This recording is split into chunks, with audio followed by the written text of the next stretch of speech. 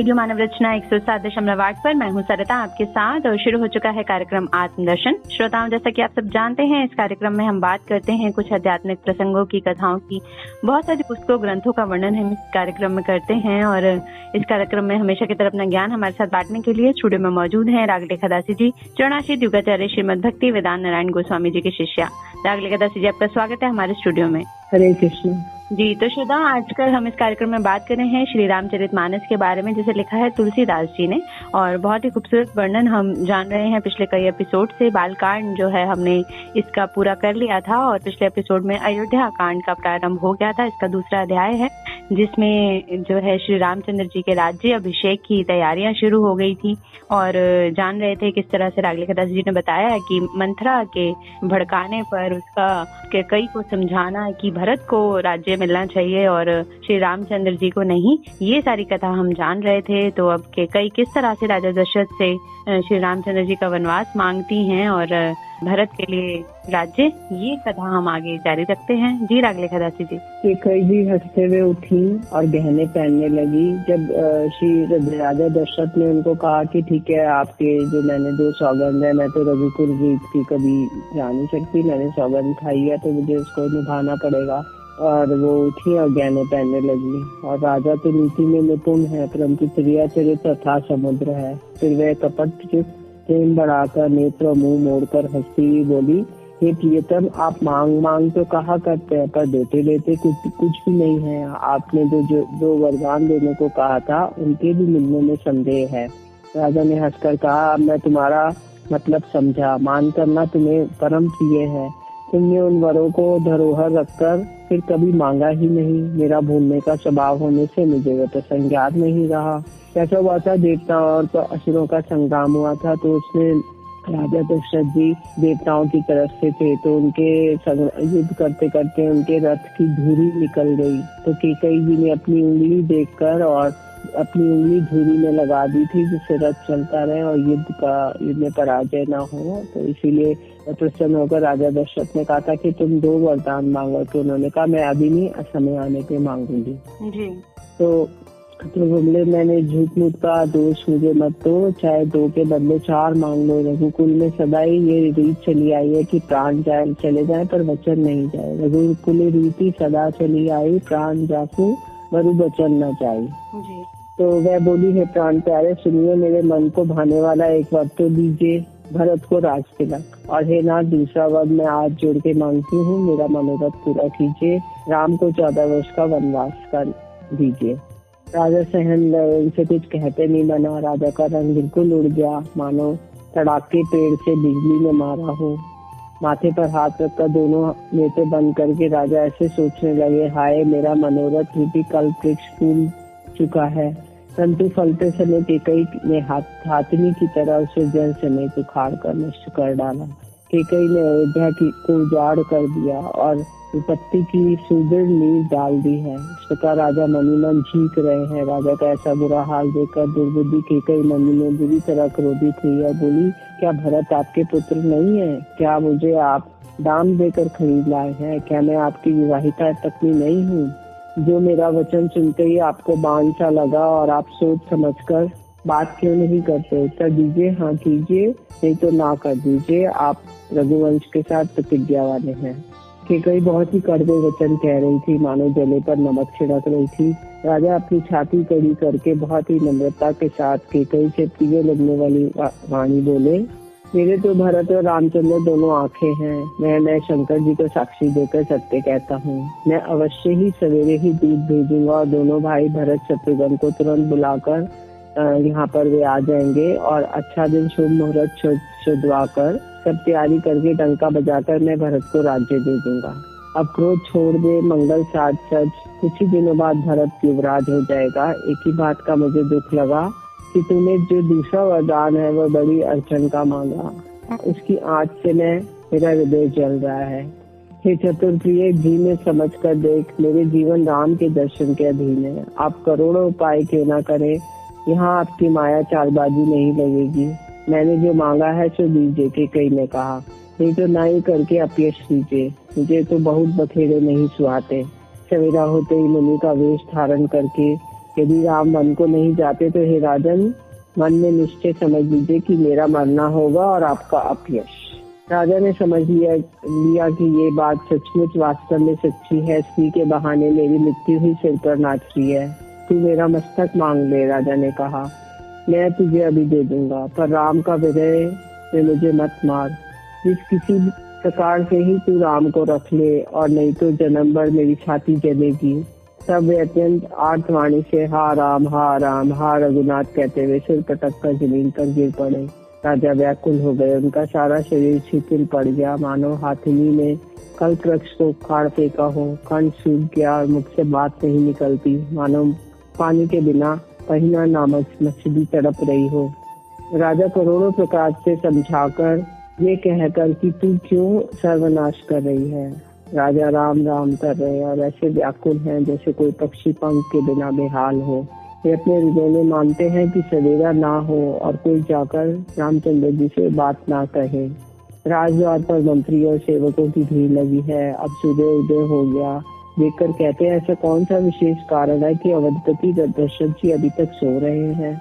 राजा नित्य ही रात के पिछले प्रहर में जाग जाया करते थे, किंतु आज हमें बड़ा आश्चर्य हो रहा है। हे सुमंत्र, तुम जाओ और राजा को जगाओ, क्योंकि सुमंत्र उनके मंत्री हैं और उनकी आज्ञा पाकर हम सब काम करें।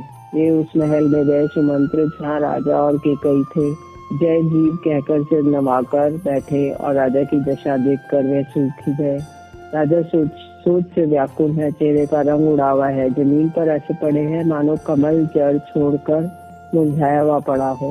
मंत्री मानो डर के कुछ पूछ नहीं सके। राजा को रात भर नींद नहीं आई। इसी कारण जगदीश्वर ही जाने इसका कारण। इन्होंने राम राम रटकर सवेरा कर दिया, परंतु इसका भेद राजा कुछ भी नहीं बतलाते। तुम जल्दी ही राम को बुला लाओ, केकई ने कहा। तब आकर समाचार पूछना। राजा का रुख जानकर सुमंत्र जी चले और समझ गए कि रानी ने कुछ कुचाल की है। हे माता, तो रामचंद्र जी आए तो रामचंद्र जी को ये आदेश सुनाया केकई जी ने। तो उन्होंने कहा, हे माता, मुझे पिताजी के दुख के कारण कहो, ताकि इससे मैं इसका निवारण कर सकूं। केकई ने कहा, हे राम सुनो, सारा कारण यही है कि राजा का तुम पर बहुत स्नेह है। इन्होंने मुझे 2 वरदान देने को कहा। मुझे तो कुछ अच्छा लगा, वही मैंने मांगा। ये सुनकर राजा के हृदय में सोच हो गया, क्योंकि वे तुम्हारा संकोच नहीं छोड़ सकते। इधर तो पुत्र का स्नेह है, उधर वचन प्रतिज्ञा। राजा इसी धर्म संकट में पड़ गए। यदि तुम कर सकते हो तो राजा की आज्ञा शिरोधार्य करो और इनके कठिन क्लेश को मिटाओ। माता पिता के वचनों का अनुरागी हे जननी सारे संसार में दुर्लभ है। वन में विशेष रूप से मुनियों का मिलाप होगा, जिससे मेरा सब प्रकार से कल्याण होगा। उससे भी फिर पिताजी की आज्ञा और हे जननी तुम्हारी सम्मति है, और प्राण प्रिय राज्य भरत राज्य पाएंगे। आज विधाता सब प्रकार से मेरे सम्मुख है।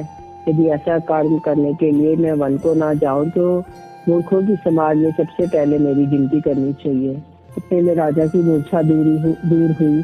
उन्होंने राम का स्मरण करके राम राम कहकर फिर करवट ली। मंत्री ने रामचंद्र जी का आना कहकर समय अनुकूल विनती की। तब राजा ने सुना कि रामचंद्र जी पधारे हैं, तो उन्होंने धीरे धर के नेत्र खोले। मंत्री ने संभाल कर राजा को बिठाया। राजा ने रामचंद्र जी को अपने चरणों में पड़ते देखा। राम जी को हृदय से लगाकर मानो सांप ने अपनी खोई हुई मणि पा ली हो। राजा दशरथ राम जी को देखते रहे। उनके नेत्रों से आंसुओं की धारा बह चली। श्री राम जी ने कहा कि आपकी आज्ञा पालन करके जन्म का फल पाकर मैं जल्दी ही लौट आऊंगा। अतः कृपा आप आज्ञा दीजिए। माता से विदा मांगाता हूँ और फिर आपके पैर लगकर प्रणाम करके वन को चलूंगा। राजा ने शोकवश कोई उत्तर नहीं दिया। वे बहुत ही तीखी अप्रिय बात ये जो नगर भर में इतनी जल्दी फैल गई, मानो डंक मारते बिच्छू का विष सारे शरीर में चढ़ गया हो। राजा ऐसे व्याकुल हो गए, सब स्त्री पुरुष ऐसे व्याकुल हो गए जैसे दावानल में आग लगी हो, और जो कोई जहाँ सुनता है वही सिर ढूंढने पीटने लगता है। बड़ा विषाद है, किसी को धीरज नहीं बनता। जी, तो केकई के जो 2 वरदान, भरत को राज्य और श्री रामचंद्र जी को वनवास का, ये राजा दशरथ जो बर्दाश्त ही नहीं कर पाए। और कोई भी पिता श्री रामचंद्र जी से तुमका अलग ही स्नेह था। भरत को राज्य को लेकर वो फिर भी जो है पूरी तरह से समर्थ उन्होंने दे दिया, लेकिन राम जी से जुदाई वो बिल्कुल ही ये चीज बर्दाश्त ही नहीं कर पाए। और जिस तरह से बहुत ही सुंदर वर्णन तुलसीदास जी ने यहाँ पर किया है कि श्री रामचंद्र जी को तो मर्यादा पुरुषोत्तम कहा जाता है, पिता की आज्ञा हो और वो कुछ ना माने, ऐसा तो हो नहीं सकता था। लेकिन ये जो घड़ी थी, ये जो वक्त था, वो बहुत ही मुश्किल की घड़ी थी, बहुत ही संकट की घड़ी थी, जिसे सब देख रहे थे। पूरा राज्य जो है वो पूरी तरह से इस शोक में चला गया था कि राजा जो बनने वाले थे श्री रामचंद्र जी, उनको वनवास कैसे दिया जा सकता है। लेकिन वही कहते हैं कि जो वक्त था या जो इस महाकाव्य में लिखा जाना था वो पहले से ही तय था। तो ये सारा प्रसंग आप जान रहे हैं श्री रामचरितमानस के अंतर्गत। आगे और भी जानेंगे रागले खदासी जी से, लेकिन अभी सुनते हैं प्यारा सा भजन, फिर लौट कर आते हैं। आप जुड़े रहिए रेडियो मानव रचना 107.8 के साथ कार्यक्रम आत्मदर्शन में। Feel good, feel live.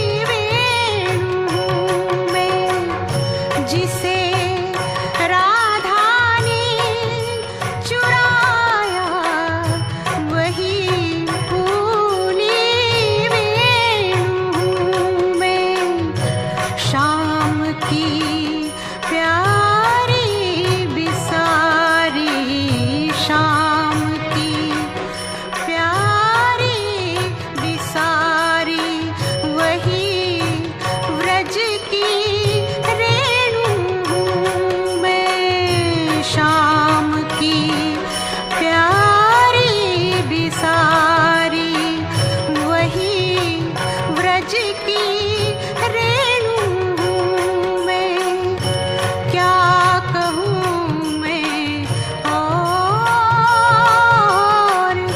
क्या कहूँ मैं और, प्रभु की चरण दासी हूँ। शाम घन घन शाम बरसों बहुत प्यासी हूँ। शाम घन घन शाम बरसों बहुत प्यासी हूँ।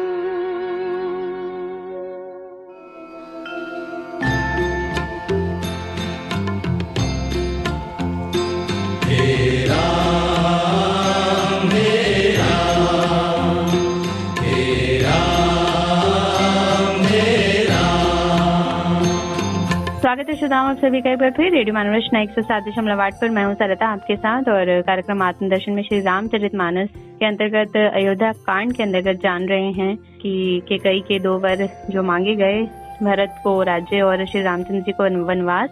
तो अब ये आज्ञा पाकर श्री रामचंद्र जी जाना चाहते हैं वनवास पे, अपने पिताजी का जो वचन उन्होंने कैकेयी जी को दिया था वो पूरा करने के लिए।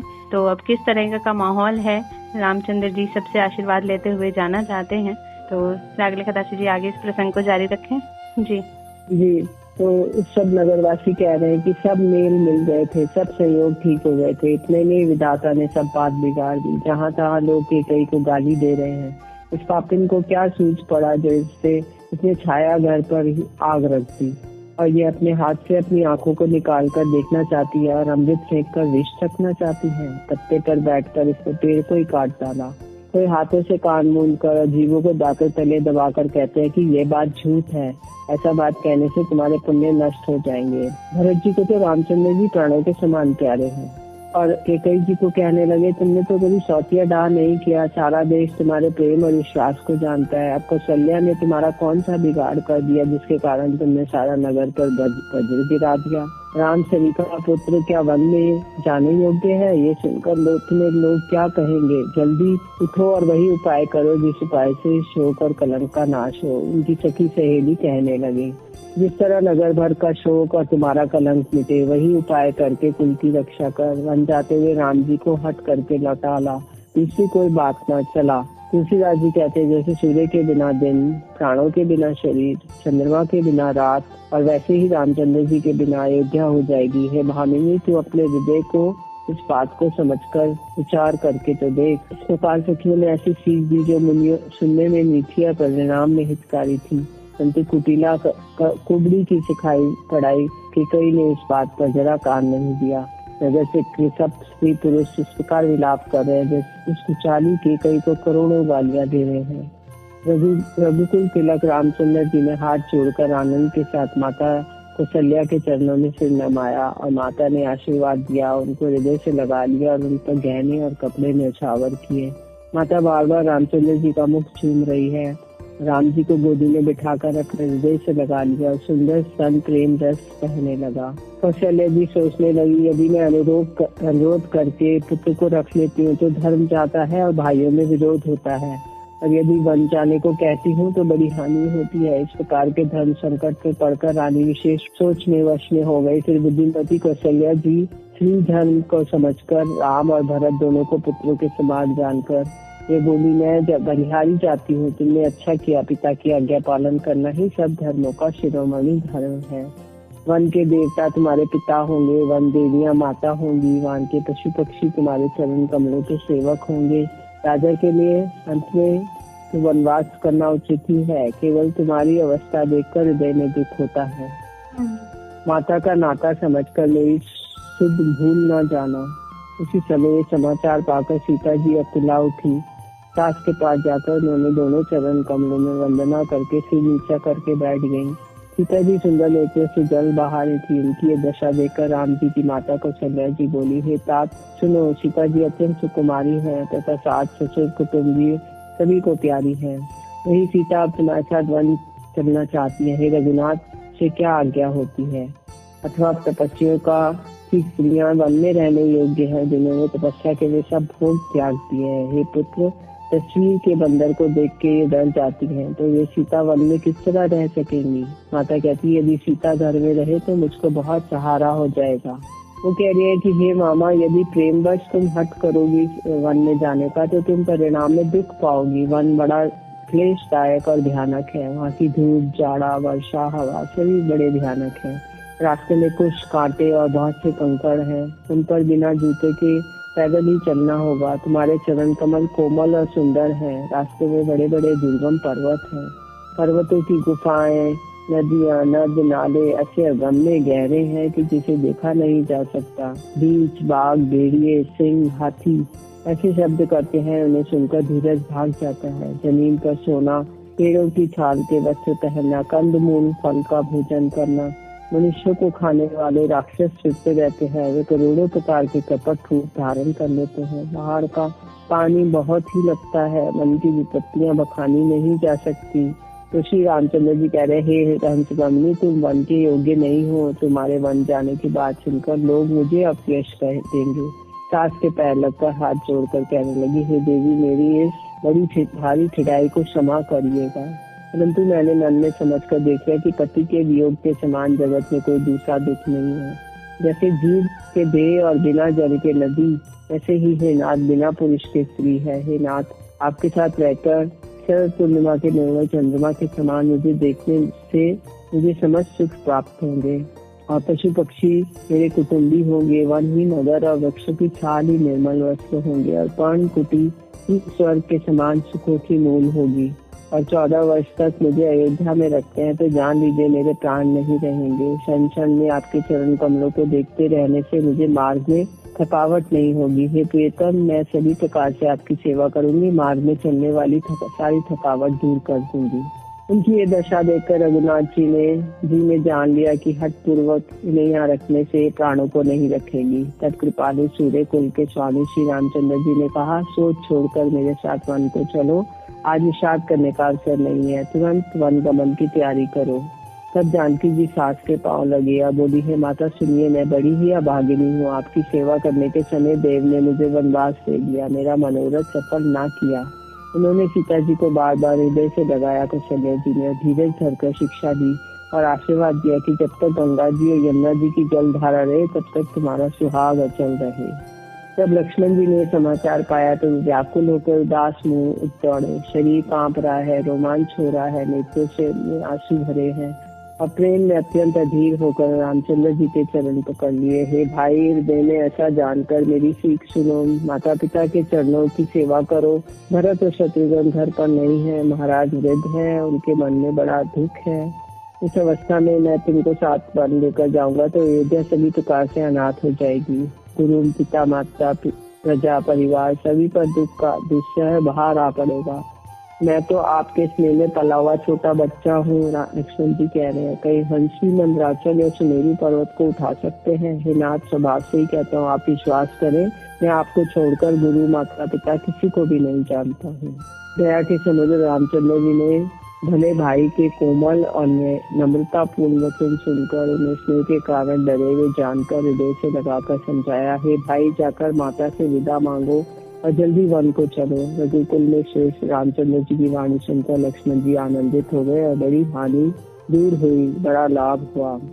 सुमित्रा जी ने धैर्य धारण किया। स्वभाव से ही ठीक चाहने वाली, इस प्रकार से स्नेह करने वाले रामचंद्र जी तुम्हारे पिता हैं, उन्होंने कहा, और जानकी जी तुम्हारी माता है। जहाँ रामचंद्र जी का निवास हो वही अयोध्या है। सूर्य का प्रकाश भी वही दिन है और ये निश्चय ही सीताराम वन को जाते हैं तो अयोध्या में तुम्हारा कुछ भी काम नहीं है। ये बलिहारी जाते हैं। सुमित्रा जी कह रही है, हे पुत्र, मेरे समेत तुम बड़े ही सौभाग्य के पात्र हुए जो तुम्हारे चित्त ने छल छोड़कर रामचंद्र जी के चरणों में स्थान प्राप्त किया। संसार में वही युवती स्त्री पुत्रवती है जिसका पुत्र रघुनाथ जी का भक्त हो। नहीं तो राम से विमुक्त पुत्र से अपना हित चाहती है, वह तो बाण ही अच्छी है और उसका पुत्र प्रसव करना व्यर्थ ही है। तुमको वन में सब प्रकार के आराम है, जिसके साथ रामचंद्र जी और सीता रूप पिता माता है। हे पुत्र, तुम वही करना जिससे रामचंद्र जी को वन में क्लेश न पावे, यही मेरा उपदेश है। तुलसीदास जी कहते हैं सुमित्रा जी के इस प्रकार के वचन सुनकर लक्ष्मण जी को शिक्षा देकर आज्ञा दी और आशीर्वाद दिया कि सीता जी और रघुवीर के चरणों में तुम्हारा निर्मल एवं प्रगाढ़ प्रेम नित नित नवा हो। जी, बहुत ही सुंदर। और श्री रामचंद्र जी के साथ माता सीता और लक्ष्मण भी जो है जाने को पूरी तरह से तैयार हैं और माता कौशल्या और सुमित्रा धैर्य बांधते हुए आशीर्वाद देते हुए उन्हें विदा करने के लिए तैयार हैं, क्योंकि वही बात जो कही रघुकुल रीत सदा चली आई, प्राण जाए पर वचन न जाए। तो राजा दशरथ के जो वचन को पूरा करने के लिए और मर्यादा पुरुषोत्तम श्री रामचंद्र जी अपने पिताजी के वचन को पूरा करने के लिए जो है अब वनवास जाने के लिए तैयार हैं और माता सीता और लक्ष्मण जी उनके साथ। तो ये सुंदर प्रसंग हमने अभी जाना रागलेखा दासी जी से। तो आगे इसका वर्णन और जानेंगे कि किस तरह से पूरा जो वहाँ का राज्य का माहौल है अयोध्या का किस तरह से हो गया है, ये सारा वर्णन हम जानेंगे लेकिन अगले एपिसोड में, क्योंकि अभी वक्त आपसे इजाजत लेने का हो चुका है। तो रागलेखा दासी जी आपका बहुत बहुत शुक्रिया इस वर्णन को हमें समझाने के लिए, इस ज्ञान को देने के लिए। हरे कृष्ण जी। तो श्रोताओं, अयोध्या कांड के आगे और प्रसंगों को जानेंगे लेकिन अगले एपिसोड में। आज के लिए हमें दीजिए इजाजत और आप सुनते रहिए रेडियो मानव रचना 107.8